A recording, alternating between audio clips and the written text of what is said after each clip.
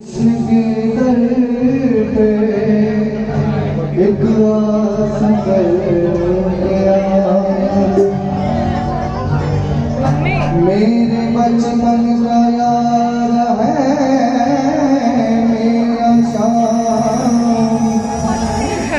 यही सोच कर आस ले गया। अरे बाल करो कन्हैया से कह दो मिलने सुधा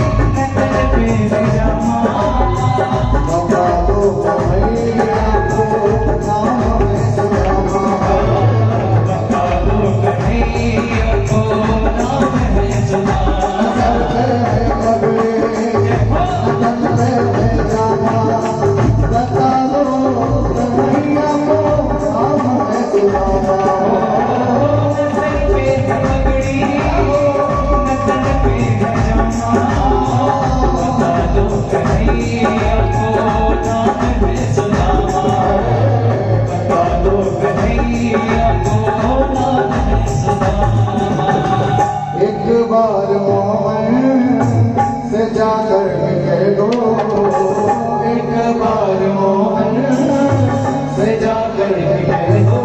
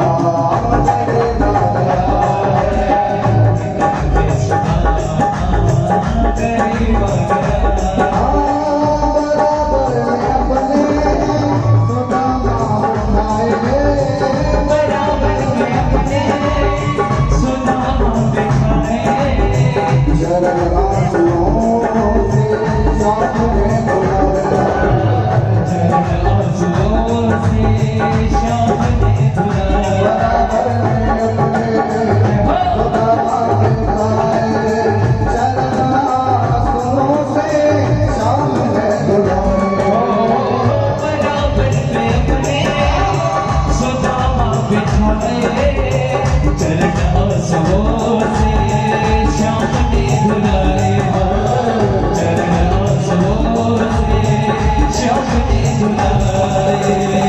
घबराओ प्यारे जरा तुम सुदामा, न घबराओ प्यारे जरा तुम सुदामा,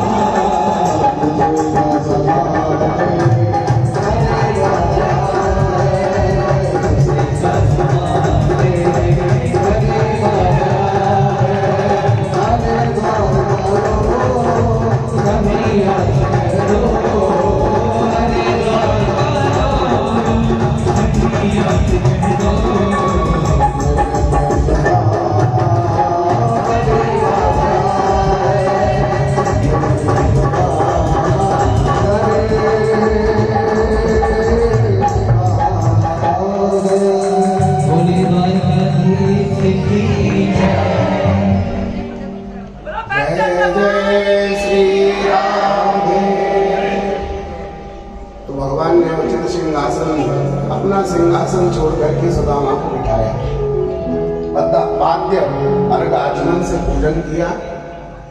उसके बाद भगवान पूछते हैं सुदामा से कि भाभी ने मेरे लिए कुछ भेजा है। तो सुदामा को थोड़ा अलग लगा, क्योंकि इतने बड़े बड़े महलों की रानियां खड़ी हैं। सुदामा जी को प्रणाम करने आने लगी। सुदामा जी को लगा कि मैं ये फटी टोटली में जो चावल 4 घरों से मांग करके दिया है सुशीला ने, तो मैं अपने कन्हैया को इन रानियों के सामने ना दे सकूं।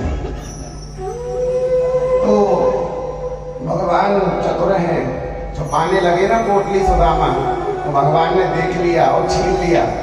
सुदामा ने प्रयास किया, लेकिन भगवान तो चतुर है, भगवान ने छीन लिया। जैसे ही भगवान ने पोटली को देखा खोल करके, तो 4 घर के अलग अलग चावल जब भगवान ने देखे तो आंखों में आंसू आ गए कि सुदामा की हालत कैसी है। क्योंकि 4 घरों का चावल यदि लिया जाएगा तो अलग अलग मिलेगा, एक जैसा नहीं मिलेगा। सुदामा की ओर देखते हैं भगवान और दूर खड़े हो गए, और सुदामा को देखते देखते भगवान ने मन में ठान लिया कि जो एक चावल का भोग सुदामा ने मुझे एक समय दिया, तो उस चावल का ऋण उतारना पड़ेगा। चावल की पोटली में से भगवान ने एक मुट्ठी उठाया और अपने मुख में डाला, तो कहा संपूर्ण स्वर्ग की संपदा में सुदामा को देता हूं। दूसरी मुट्ठी चावल उठाया, भगवान मुख में डालने लगे, तो कहा कि संपूर्ण पृथ्वी का वैभव मैं सुदामा को प्रदान करता हूं। और तीसरी मुट्ठी जब खाने के लिए अग्रसर भगवान हुए, रुक्मणी ने हाथ पकड़ लिया, कच्चा चावल है, पेट में दर्द हो जाएगा। सुदामा कहते हैं कि मानता ही नहीं है कन्हैया, मैं कह रहा हूं मत खाए, लेकिन मानता ही नहीं है। और झट सुदामा, बात तो बहुत हुई थी रुक्मणी और कृष्ण की, इशारे में ही, कहा इस ब्राह्मण पर अपना घर भी न्यौछावर कर दोगे, सड़क पर आ जाओगे जहां ये ब्राह्मण है। तो उसी समय रुक्मणी से भगवान कहते हैं कि आज तुम मेरी पत्नी हो तो ब्राह्मण की वजह से ही हो, क्योंकि वही तो पत्र लेके आया था द्वारिका। और भूमि देवी जो चावल का आधा हिस्सा एक चावल में से आपको सुदामा ने अर्पित किया था। तो रुक्मणी ने फिर आकर के सुशीला को चिरंजीवी यौवन अवस्था होने का वरदान भी दिया था। स्वयं लक्ष्मी है रुक्मणी, और भगवान ने बहुत स्वागत सुदामा का किया। ये स्वागत किसी संसार के मनुष्य का नहीं था, बल्कि ये स्वागत था सुदामा के त्यागमयी जीवन का। तो उसके जीवन में त्याग था, वो त्याग भगवान ने आज सुदामा का पूर्ण किया। खुद लुटने को भगवान हो गए। भगवान कहते हैं कि स्वर्ग पृथ्वी का वैभव कुछ भी नहीं है, यदि मैं अपना वैकुंठ भी दे दूं तो वो भी कम है सुदामा के त्याग के आगे। सुदामा जी महाराज को पता नहीं है भगवान ने कुछ दिया है, ना मांगा ना भगवान ने उनको कह करके दिया। और दान ऐसा ही होना चाहिए, एक हाथ से दिया दूसरे को पता भी नहीं चला। श्री सुदामा जी महाराज बैठे रहे, देखते रहे रुक्मणी की और कृष्ण की मन ही मन वार्तालाप चलती रही। कृष्ण कहते हैं कि रुक्मणी जब सुदामा को मैं अपना वैकुंठ भी यदि दे दूंगा ना, तो मैं सुदामा बन जाऊंगा और सुदामा कृष्ण बन जाएगा, तो मुझ में वो होगा, उसमें मैं होऊंगा। बोलो सुदामा जी महाराज की जय, जय श्री राम। बहुत भाव दर्शाया। और सुदामा जी महाराज एक रात्रि के अलावा रुके नहीं द्वारिका में।